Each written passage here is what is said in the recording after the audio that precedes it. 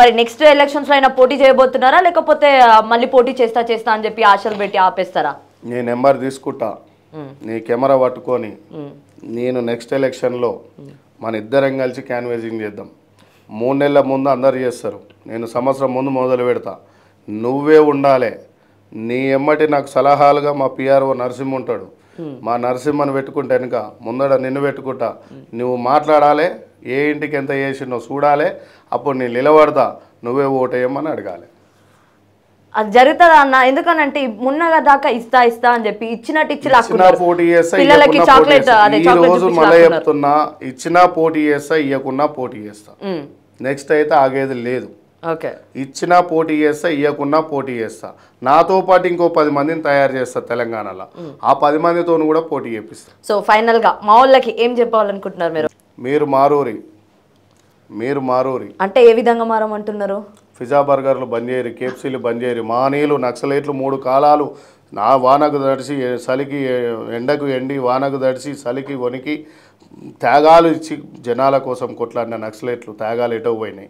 ఆనాడు అంబేద్కర్ సారు, పూలే సారు, సావిత్రిబాయి పూలే, పెరియారు, సాహు మహారాజులు అన్నం తినకుండా పిల్లల్ని చనిపోయే స్టేజ్లు ఉన్నా నాకు దేశమే గొప్ప అని అంబేద్కర్ సారు కూడా పిల్లలు చనిపోయినా కూడా రాజ్యాంగం కోసం, భారతదేశం మంచి కోసం కొట్లాడిండు. అట్లాంటి త్యాగాలు చెగువీర కోసము అట్లాంటి వాళ్ళని, ఇట్లాంటి గొప్ప గొప్ప మహానుభావులు చేసిన త్యాగాన్ని గుర్తు తెచ్చుకొని ఇంటికి నెలకు ఒక 5 రోజులన్న దేశం కోసం కేటాయించురి, ప్రజల బావు కోసం కేటాయించురి. కానీ పిజ్జా బర్గర్ల కోసం, బస్టాపులలో అమ్మాయిలను ర్యాగింగ్ల కోసం, కేఎఫ్సీ బర్గర్ల కోసం మీరు టైం వేస్ట్ చేసుకొని మీ జీవితాలు గంజాయి డ్రగ్స్ సైడ్ పోయి అన్యాయాల పాలైతే మిమ్మల్ని కన్నా అమ్మ నాన్న గుండెల మీద చేసుకొని 30 ఏళ్ళు వస్తే నా కొడుకు 1 లక్ష రూపాయలు 50,000 సంపాదిస్తున్నాను గుండెల మీద చేసుకొని కాలు మీద కాలేసుకొని ఛాయ్ తాగుతుంటే బతకాలి. కానీ నా కొడుకు డ్రగ్స్ తాగి పట్టుబడ్డాడు, మీడియాలో వచ్చింది. నా కొడుకు గంజాయి తాగి పట్టుబడ్డాడు, టీవీలలో వచ్చింది, అవమానంతో ఊరేసుకుంటాడు. చేసుకోకండి యువకులారా, ఈనాటి యువకులారా, రేపటి పౌరులారా, ఈ దేశం వీరులారా, మీకు పాదాభివందనాలుగా చెప్తున్నా.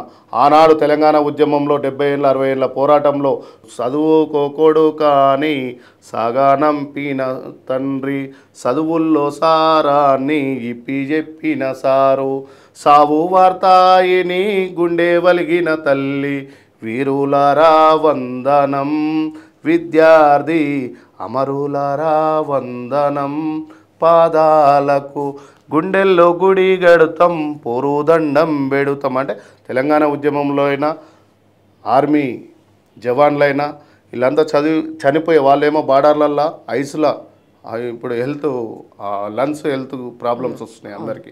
కాశ్మీర్ బార్డర్లలోనైనా చైనా బార్డర్లలోనైనా వాళ్ళ త్యాగం ఒక్కరోజు గుర్తు చేసుకుంటే యువకులారా, మీరు మినిమం ఇంటర్ చదివి ఉంటారు, ఇంగ్లీష్ వచ్చి ఉంటుంది, ఇంకో కొద్దిగా చదివితే డిగ్రీలు చదివి ఉంటారు, ఇంకో కొద్దిగా చదివితే పీజీలు చదివి ఉంటారు, ఇంకో కొద్దిగా చదివితే పిహెచ్డీలు చదివి ఉంటారు. కానీ మనం పిహెచ్డీలు చదివి కూడా గ్రాడ్యుయేట్ ఎలక్షన్స్లో మనం ఎవరిని ఎన్నుకుంటున్నాం అనేది ఆలోచించుకోవాలి ఒకసారి.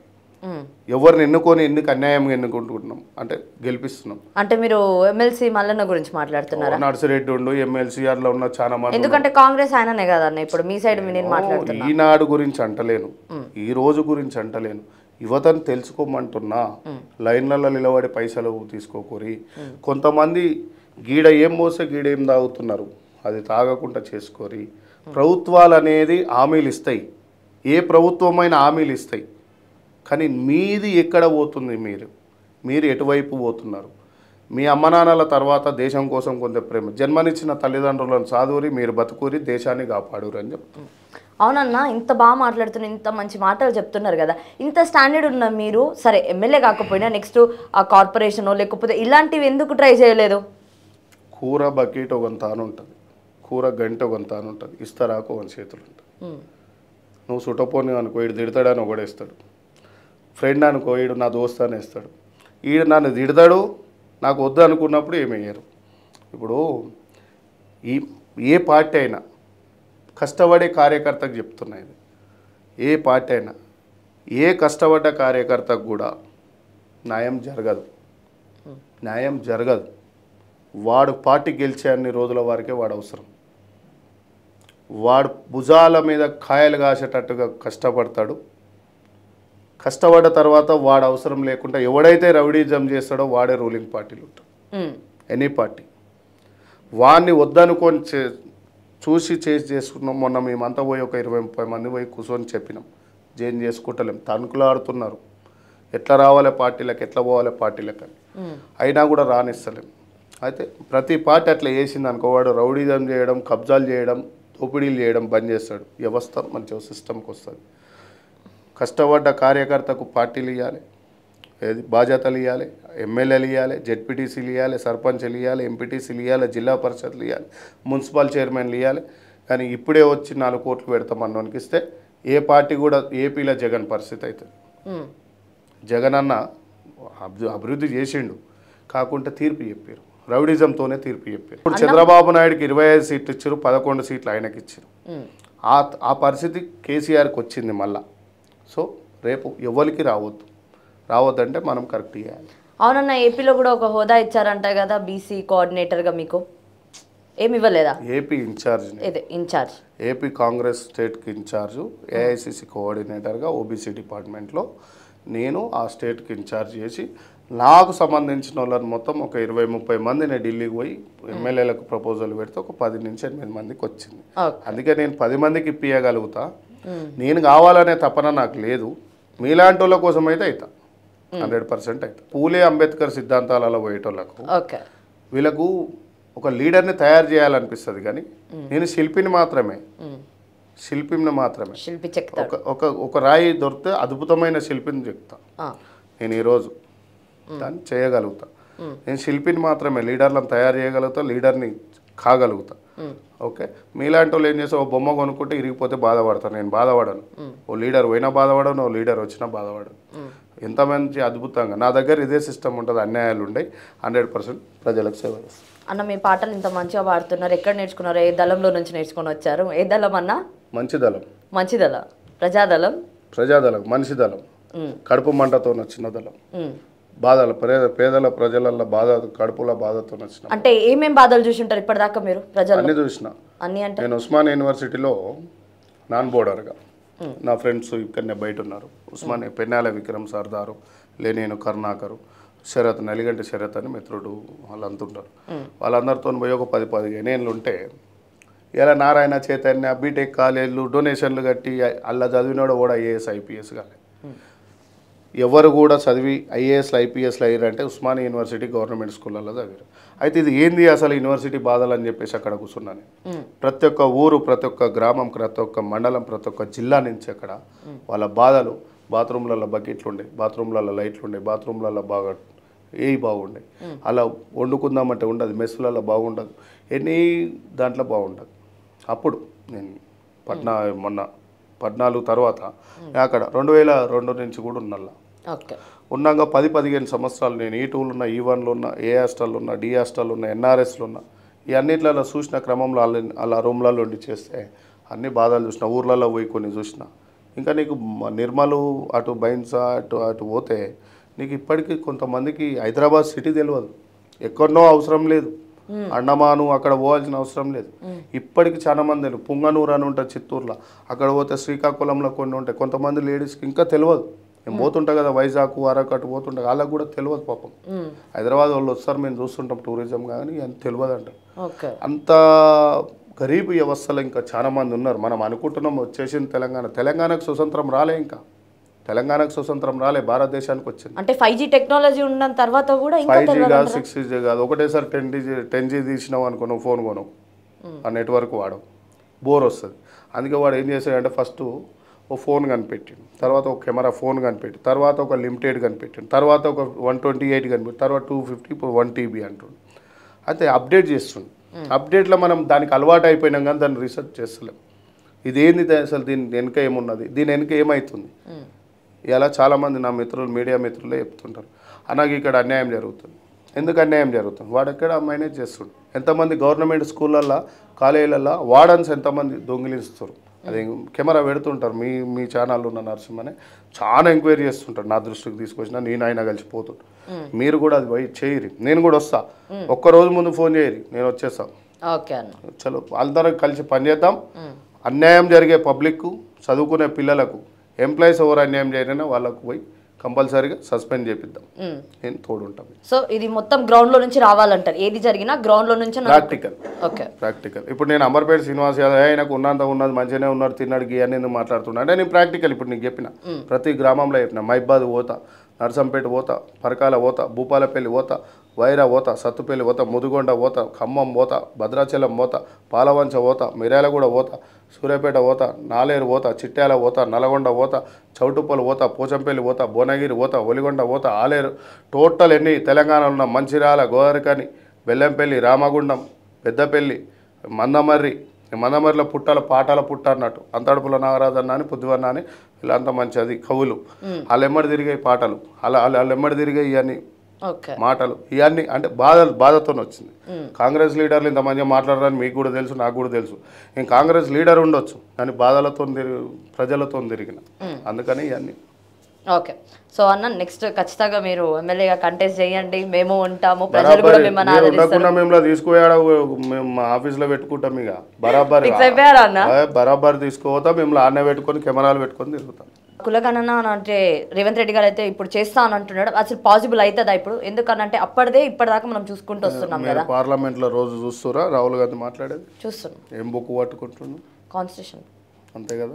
కులగణన చేస్తాను ఆయనే తీసుకొచ్చింది కదా. బీజేపీ వాళ్ళు మాట్లాడలే, టీఆర్ఎస్ వాళ్ళు మాట్లాడలే, వైఎస్ఆర్సీపీ వాళ్ళు, టీడీపీ వాళ్ళు మాట్లాడలే. ఎంత గొప్ప వ్యక్తి అయినా మా గురువు గారు ఏది చేస్తే మేము దానికి సిద్ధపడి ఉంటాం, కట్టుబడి ఉంటాం. ఇంపాక్ట్ చూపిస్తుంది అని అంటారా? ఎందుకంటే మొదలు పెట్టిందే మేమమ్మ, మొదలు పెట్టిందే మేము. ఇంకోటి అది కాకుండా ఈడబ్ల్యూఎస్ లేడీస్కు రిజర్వేషన్స్ 35%, దాన్ని కొట్లాడింది వాళ్ళు captain Ajay Singh Yadav, all India OBC chairman national Congress party. ఆయన మీద మేము తెలంగాణలో చాలా పోరాటాలు చేసినాం. బీజేపీ ఎందుకు పెడతలేదు? ఇలా తెలంగాణకు బడ్జెట్ ఎంత ఇచ్చిందమ్మా? కులగణన 100% చేస్తాం మేము.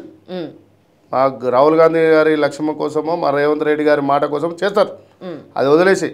అది 100% కాంగ్రెస్తో చేసినవి ఉన్నాయి. దేశం స్వతంత్రమైనది తీసుకొచ్చింది కాంగ్రెస్ పార్టీ, పోరాటం చేసింది, తెలంగాణ ఇచ్చింది. ఇవాళ అన్నిటికీ కాంగ్రెస్ పార్టీ కట్టుబడి ఉన్నది. ఇవాళ మీరేం చేశారు? ఇవాళ బడ్జెట్ ఎంత ఇచ్చారు బీజేపీ? దీని మీద మాట్లాడాలి కదా. 100% దీని మీద తీసుకోవాలి కదా. కులగణన 100% మా రేవంత్ రెడ్డి గారు అన్నారు, మా రాహుల్ గాంధీ గారు దాని మీద పోరాటం ఎత్తింది ఆయన. ఓకే, ఆనాటి నుంచి పోరాటం ఉన్నా కూడా ఈరోజు తీసుకొచ్చింది కూడా లేడీస్కు కూడా 35% తీసుకురావాలి. మహిళా సోదరులకు అందరికీ తీసుకొచ్చి మేము ఎమ్మెల్యేగా ఎంపీలు చేయాలనేది పార్లమెంట్లలో, చట్టసభలలో, అసెంబ్లీలలో నిలబెట్టాలని మాదే కదా అది తీసుకొస్తున్నాం. మేమే కదా పోరాడేది దేశం మొత్తంలో. నేషనల్లో ఏ పార్టీ ఉంది? నేషనల్లో బీజేపీ ఉంది. బీజేపీ ఉంది కదా. అమలు చేయవలసిన అవసరం అవుతుంది. నేషనల్ బీజేపీ పార్టీ కడిగిపడి రేపటి నుంచి తెలంగాణకు ఎంత బడ్జెట్ ఇచ్చారు కాక మరి చిన్నమ్మ ఏడుస్తుంది. 0 అదే అమ్మా, కాక పని చేయకుంటే చిన్నమ్మ ఏడుస్తుంది. చిన్నమ్మ అంటే తెలుసుగా, పిన్ని బాబాయ్. అందుకనే ఇప్పుడు ఇంట్లో మొగాయన అంటే ఆయన కష్టపడుతున్నా ఆడామకు సుఖం వస్తుంది. ఓకే, ఇప్పుడు దేశం అనేది ఏమన్నా రాష్ట్రాలకు మనకు ఏదైనా పైసలు ఇస్తే మనకు రాష్ట్రంగా ఇంకో కొద్దిగా లబ్ధి పొందుతాం. సో రేట్లు పెంచుకుంటూ పోతున్నాం. తెలంగాణలో సెంట్రల్ ట్యాక్స్లు ఎన్ని కడుతున్నాం? జిఎస్టీ పెట్టుకో, ఆ ఉప్పు మీద పెట్టుకో, పప్పు మీద పెట్టుకో. సెంట్రల్ గవర్నమెంట్కి ఎంత కడుతున్నాం? మనకి ఇచ్చింది ఎంత సెంట్రల్ గవర్నమెంట్? కులగణన ఒకటే ఇష్యూ కాదు, కులగణన 100% చేస్తాం. 100% మా రాహుల్ గాంధీ గారి ఆలోచనలు ఉంది, రేవంత్ రెడ్డి గారి ఆలోచనలు ఉంది. కాంగ్రెస్ పార్టీతో సాధ్యమైతే అది చేస్తారు, అది వదిలేసేద్దాం.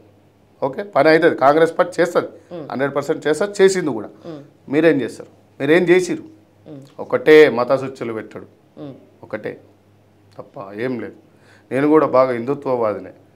శివాజీ చేతుల కత్తిని చూడు, హిందువాయిని సత్తను చూడు, భరత్మాత బిడ్డలం, భగత్ సింగ్ తమ్ములం. ఓకే, మేము కూడా చేస్తాం. నేను కూడా హిందుత్వాన్ని ఆయన కదా, నేను కూడా బొట్టు పెట్టుకుని ఇస్తాను కదా. మేము గొల్లోళ్ళం, బాపనోళ్ళ కంటే పెద్ద పూజారులం. ఓకే, నీకే హిందుత్వం. ఎలక్షన్లు రాగానే చార్మినార్ పోతావు, ఎలక్షన్లు రాగానే ఉరుకుతాడు అమిత్ షా, మోడీ, ఉయ్యు ఉయ్యు ఉయ్యు, ఏవిడికి పోవడం. సో ప్రజల కోసం పనిచేయరి, మతాల కోసం సుచ్చులు పెట్టడానికి కాదు.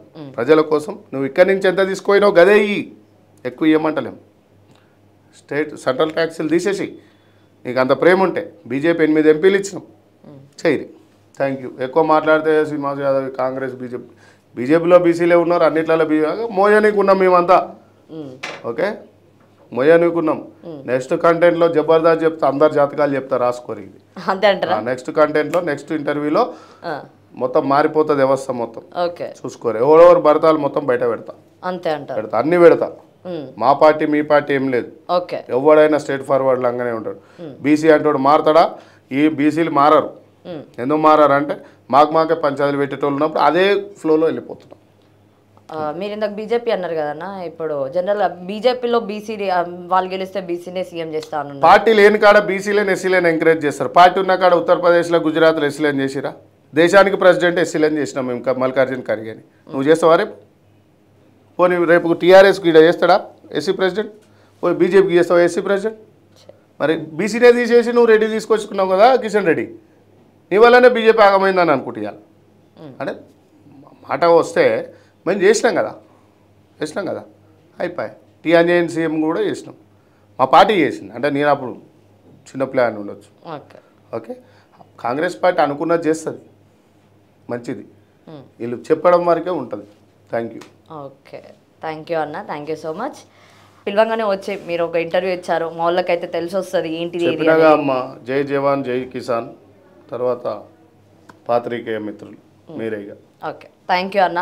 సో ఇది ఇవాళ స్పెషల్ ఇంటర్వ్యూ. మరో ఇంటర్వ్యూతో మళ్ళీ మీ ముందుంటాను. Until then keep watching OK TV. Signing off Durga Bhavani.